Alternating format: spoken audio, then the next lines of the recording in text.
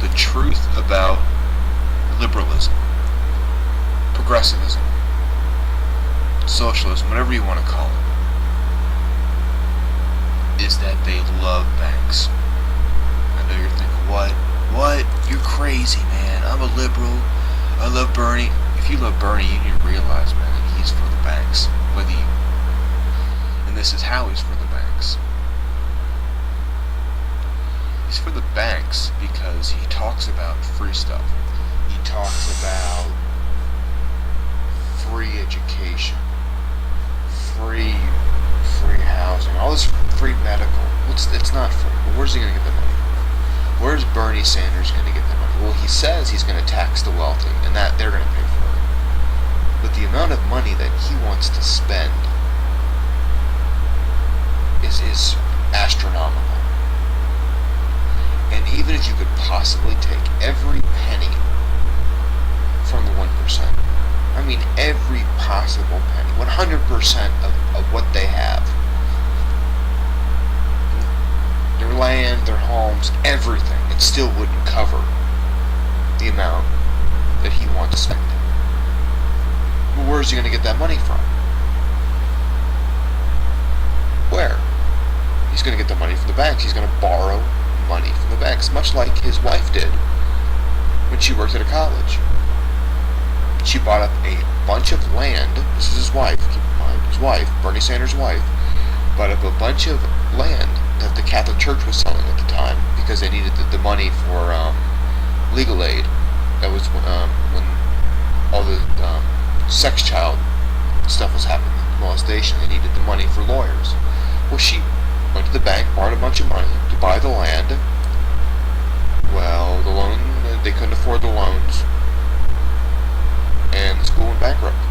She got a nice severance package, walked away. And if you notice that these programs that he wants, he said they're going to be, the middle class is not going to be affected. Well, that's impossible. To say the middle class is not going to be affected, like I said, even if you could possibly take 100% of the 1%, even if you could take every penny of the top 5%, it wouldn't come close to the amount of money he wants to spend. That they're going to have to borrow, and they're going to have to increase taxes on the middle class. They are. He can say it's not going to happen, but it is. If you noticed, in very liberal areas, very liberal, where they spend a lot of money, they borrow a lot of money, and they spend. If you notice, there isn't really a middle class. You've got the extremely wealthy at the top, and then you've got the extremely poor at the bottom. Well, why is that? Well, because liberals create a community that doesn't help the middle class. The middle class can't afford to live in these areas.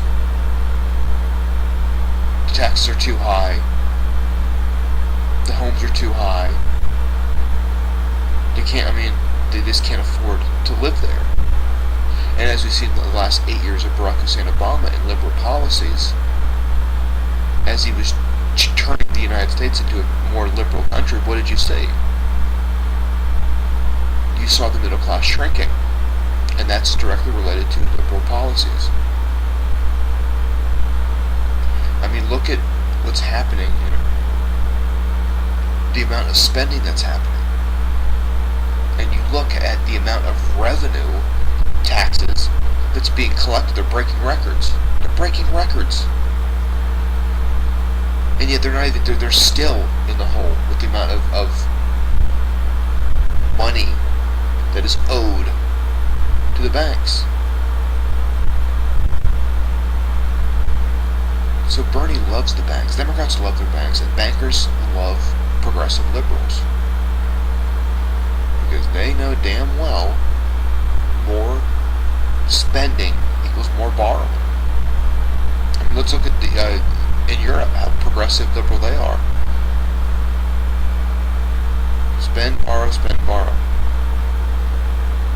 Borrow, spend, borrow, spend, spend, borrow. what happened under Barack Obama. Republicans didn't want to raise the debt limit again. They said, we can't keep doing this. What did Barack Obama do? He shut down the government.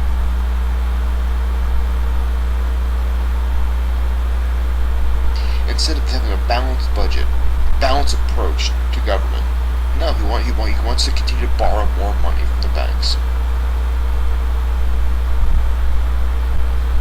So if you're for Bernie, if you're for Jill Stein, you need to understand that if these people get into power, they're going to increase the size of government, and that's going to increase the size of borrowing from these banks. And if you notice all these programs that the government does to help people actually hurt. Well, why do they hurt? Well, let's look at the student loan program. That was a nice liberal thing, right? Student loan program. Allowing students to go to school. Making it easier for students to go to school. Did that happen? No, it didn't happen. Do you know how expensive it is for kids to go to school now? Why is that? It's collusion between government and the banks. Oh, and colleges too. Once they realize, that, more loans, they started raising the price of colleges because they know they're going to get their money. Collusion between banks and government. What happened? Now it's through the roof. The price of colleges now is through the roof. Directly related to banks and government colluding.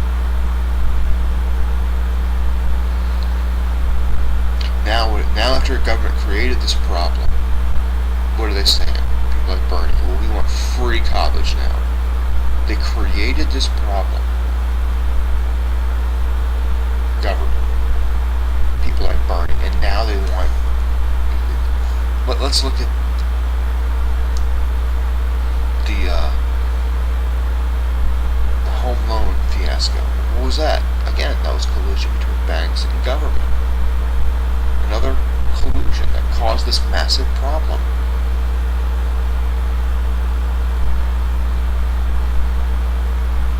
Let's look at... Well, what happened after that? Did it help people get homes? No, it didn't. It hurt people that were responsible. It almost brought down the whole economy. To give people homes that couldn't afford it. Try to repackage them, in a way. Government and banks colluded to do this. Almost brought down and what happened? Were they penalized? No, they weren't penalized. They were rewarded.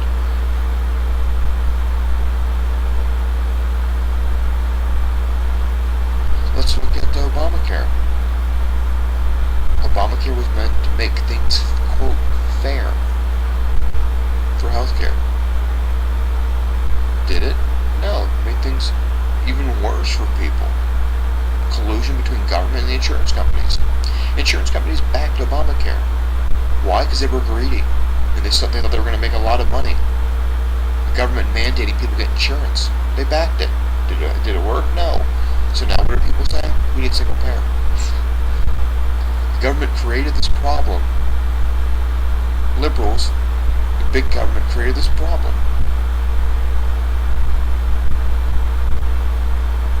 It's insane. Insanity. It would be like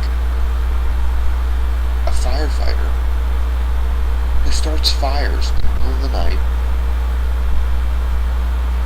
to justify his job. That's what government's doing. They're creating these problems. They're burning things down for them to swoop in and say, I'm a good guy. I'll make things fair. Well, no, you don't.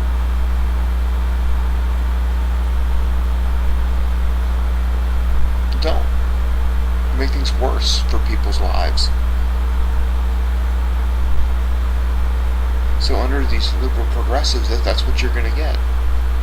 More government, more banks, taking more of your money to give you crappy things. For anybody to say that Obamacare is good is insane. people like Bernie are saying it's great. More money being borrowed from the banks for something that is going to absolutely collapse. That money's absolutely going to collapse. And if you notice, a lot of the Bernie supporters are usually young people. Young people they don't think with their heads usually, they think with their hearts. And they look at the world and they think, wow, the world of the United States, why can't we have free health care? And that's, I feel for them. They look at situations like that. But it's not free. And to try to make it in a way that it's somehow better with the government, they made it worse.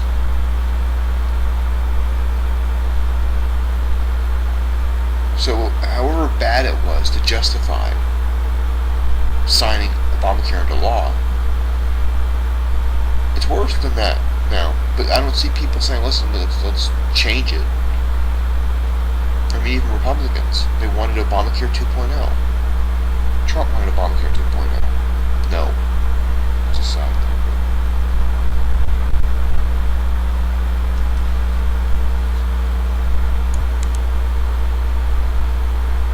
I mean, let's look at the Democratic Party, the power, the establishment. Hillary Clinton, speeches for bankers, saying she wants an open border to make commerce easier.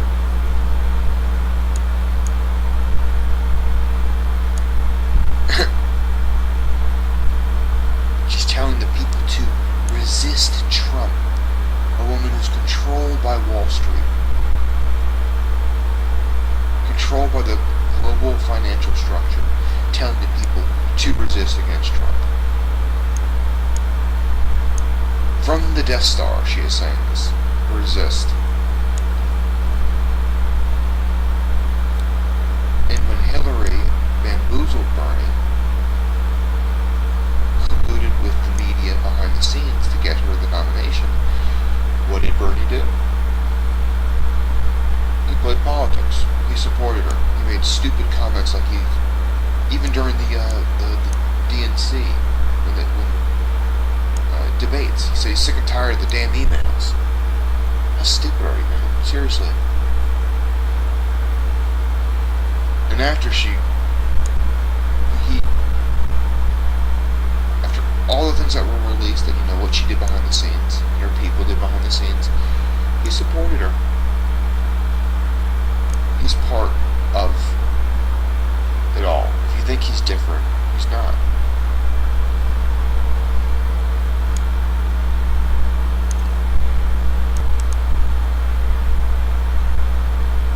If anyone believes that he's not going to borrow money from the banks, let me know how is he going to pay for all these programs?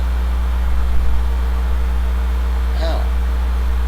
He's going to somehow reorganize government, get rid of government waste to pay for no. We're talking about trillions and trillions and trillions of dollars to pay for what he wants.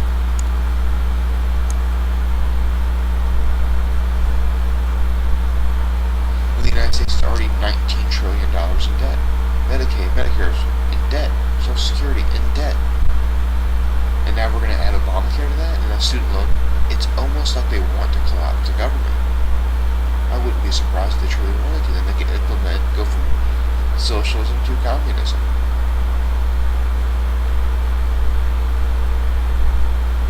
But you can't run a government like this.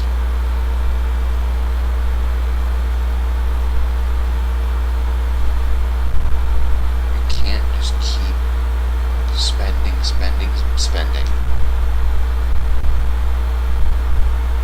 and then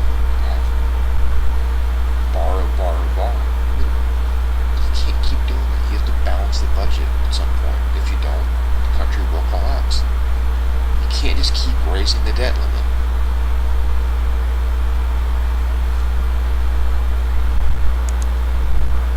But that's sort of a progressive idea.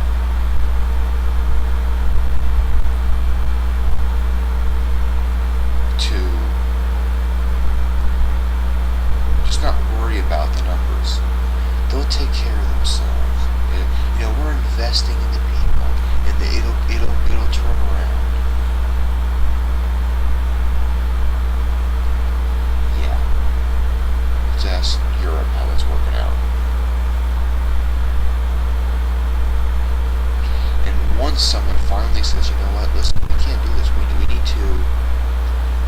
increase taxes or cut money to these programs. Well, what happens when they start cutting money to the programs? People start protesting.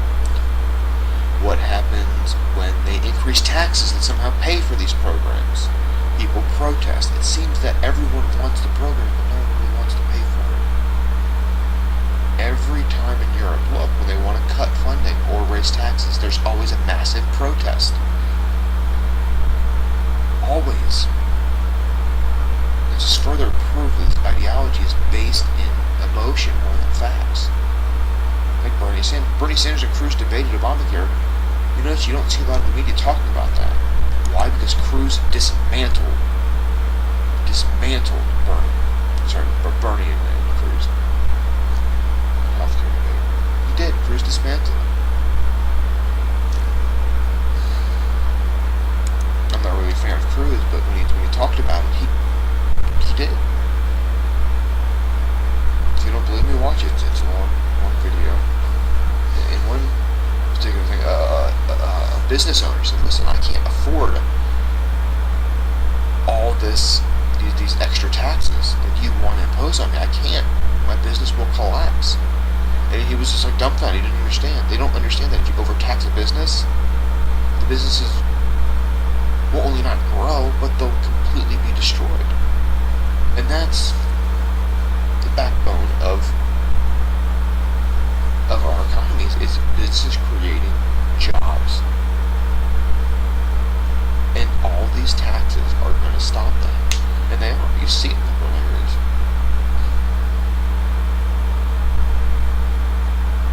Oh, but hey, China's got cheap labor. They do have cheap labor, yes. They've been sold out by our politicians. But we still need jobs in America. And you cannot have jobs, you cannot create jobs in America if the burden of taxes destroys that business. I mean, let's look at Detroit. Perfect example of progressive ideology that Bernie wants. He's always saying, we're the richest nation in the world. Why can't we do these things? Well, let's look at Detroit. Detroit was the richest areas in the United States. It was. You can't deny that at all. Detroit was a perfect example of capitalism. Not crony capitalism. Not quasi-socialism. Capitalism. Well, what happened? Why, Detroit, people said the name Detroit. You go, wow, Detroit. Much like if you said Beverly Hills today. Wow, Beverly Hills. Now when you say Detroit, it's like you say something like Baltimore. It's got a negative feeling to it. Well, what happened in Detroit? The backbone of Detroit, cars, where they manufacture cars. The burden imposed on these car companies for liberal programs, LBJ's Great Society, where he was in a bunch of liberal programs. They raised taxes on these businesses. What happens when that happens? When you impose more of a burden. I mean, these businesses aren't making... You need to look at these profit margin of these companies. People say, oh my God, they make billions of dollars. Well, no. You need to look at the profit margin. An average good company that makes 10% profit margin, that's profit after everything's been spent and they paid their workers. That has how much money, pure profit. It's around 10%. And the liberals don't see that. They see the bill, we gotta make billions of dollars. Yeah, but you don't see how much labor costs and all that.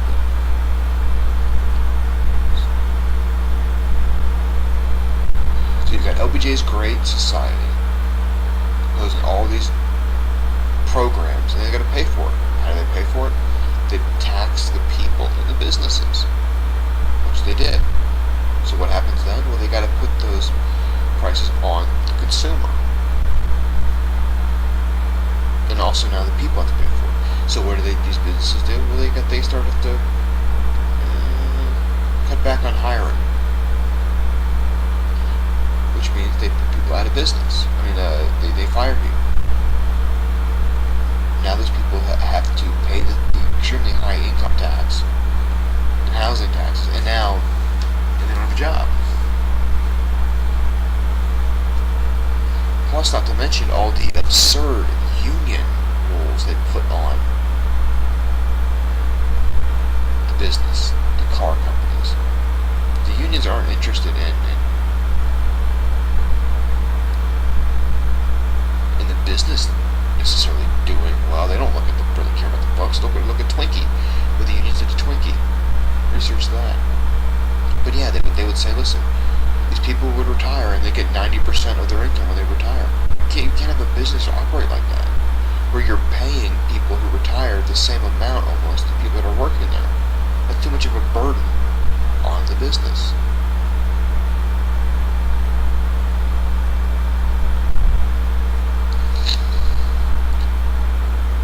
So what happens? You get cars from Japan, are cheaper, and they're better quality. Plus, you've got also a large migration of people from around migrating to Detroit. Why? They're great society, they're liberal programs. So as the businesses are being destroyed, less people are working, less people are paying taxes, and you've got people coming in for liberal programs until you've got more people taking and giving.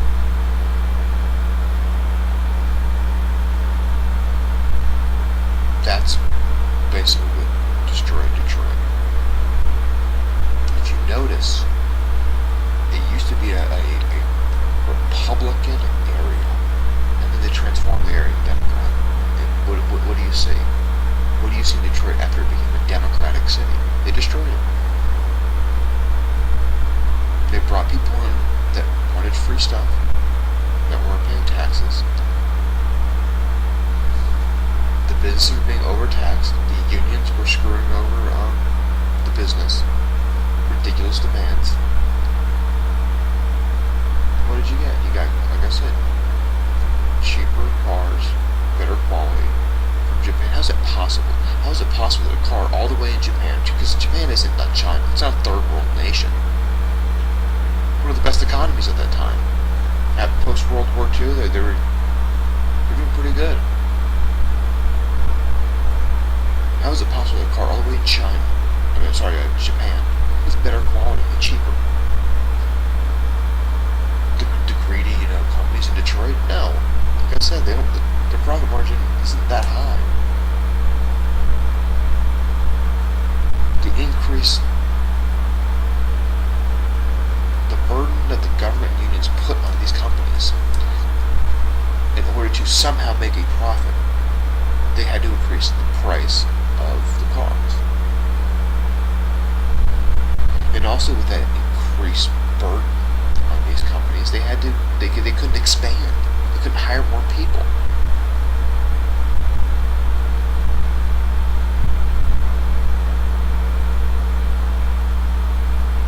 That's what they're doing to the United States as a whole. They're trying to. But that's what Bernie would want. Bernie would want the policies of Detroit to be a national policy, and that would destroy the country.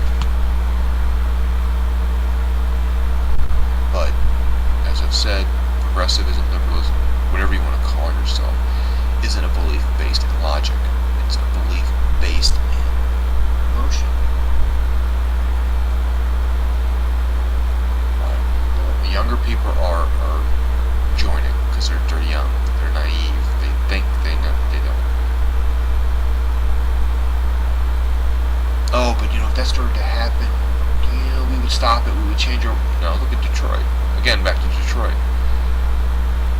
From 1960, when it was red, I think it started turning blue in 62, 63.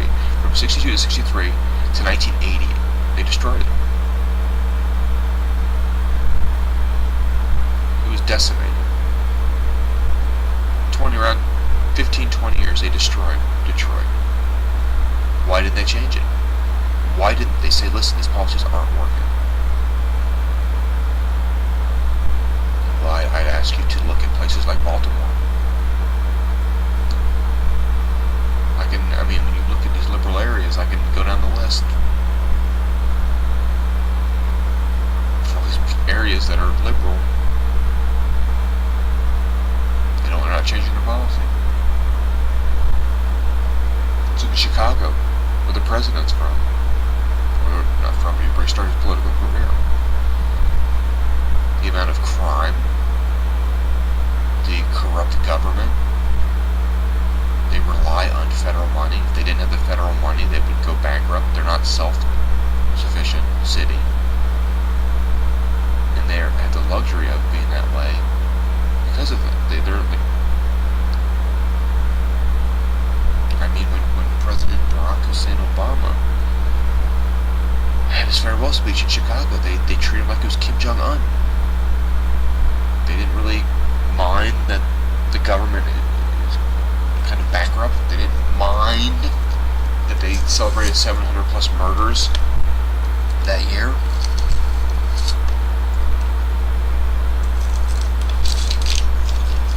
If you notice in his farewell speech, the majority of the people in the audience were white. Kind of a observation. Let's look at the schools there too. How they got there. They're getting rid of the voucher program.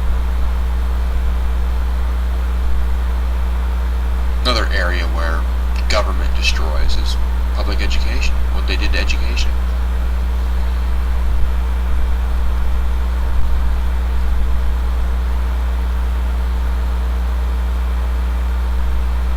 That's another story. This is my rant for today about people that support burning, just how their policies destroy.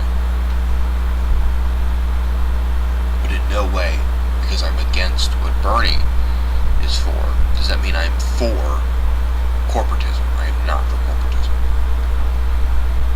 I don't understand why people do that. Why they go to the extreme. Where I'm against burning, I must be for corporatism. And if I'm against corporatism, I must be for burning. No. You can be in between. You do need government to break up these monopolies, but you don't give them so much power that the government themselves become a monopoly. Too much power for anyone is bad. You need a balance. And Bernie Sanders' style he wants is definitely not balanced.